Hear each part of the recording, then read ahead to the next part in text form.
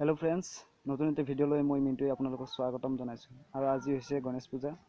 গণেশ পূজা উপলক্ষে আজি মই ভাবিলো এটি গণেশ এটা ড্ৰয়িং কৰি দেখুৱাম। যদি ভাল লাগে তেতিয়া হলে লাইক কৰিব, কমেন্ট কৰিব, শেয়াৰ কৰিব আৰু লগতে মোৰ চেনেলটো সাবস্ক্ৰাইব কৰিব আৰু বেল আইকনটো ক্লিক বজাই দিব। তো ব্লগ আমি ভিডিওটো আৰম্ভ কৰো।